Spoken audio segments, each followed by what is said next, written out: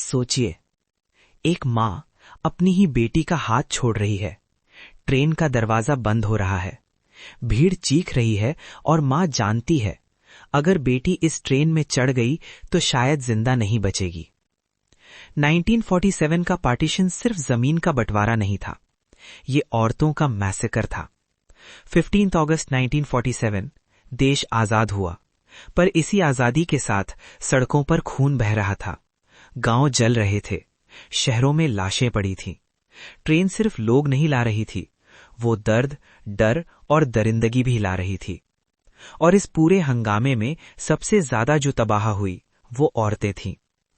Partition के दौरान औरत इंसान नहीं रही, वो बदला लेने का जरिया बन गई।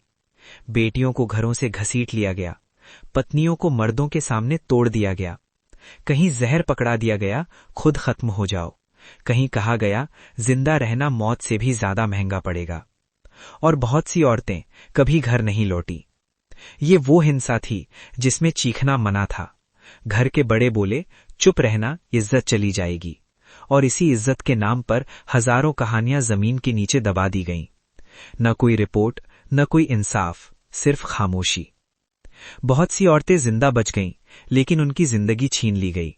उनका नाम बदल दिया गया, उनका धर्म बदल दिया गया, उनकी पहचान मिटा दी गई। जो कल तक बेटी थीं, आज किसी की जीती हुई चीज बन चुकी थीं। और रात को सिर्फ यादें उनके साथ रहती थीं। बाद में कहा गया उन्हें वापस लाओ, पर सवाल ये था वापस कहां? जिस घर ने कह दिया अब तू हमारी नहीं, जिस समाज ने कह दिया जिंदा रहकर गलती कर दी। बहुत सी औरतें मिल गईं, पर उनके लिए कोई घर नहीं था। कुछ औरतें नदियों में कूद गईं, कुछ कुओं में समा गईं, कुछ ने जहर चुन लिया और कुछ सिर्फ जिंदा रहीं, रोज मरने के लिए।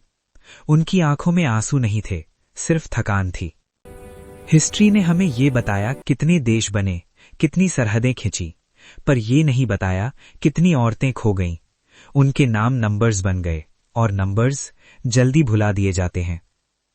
पार्टीशन के बाद जो औरतें कभी घर नहीं लौटीं, वो सिर्फ विक्टिम्स नहीं थीं, वो आजादी की कीमत थीं। और जब तक हम उनकी कहानी याद नहीं रखेंगे, तब तक हम सच में आजाद नहीं कहला सकते।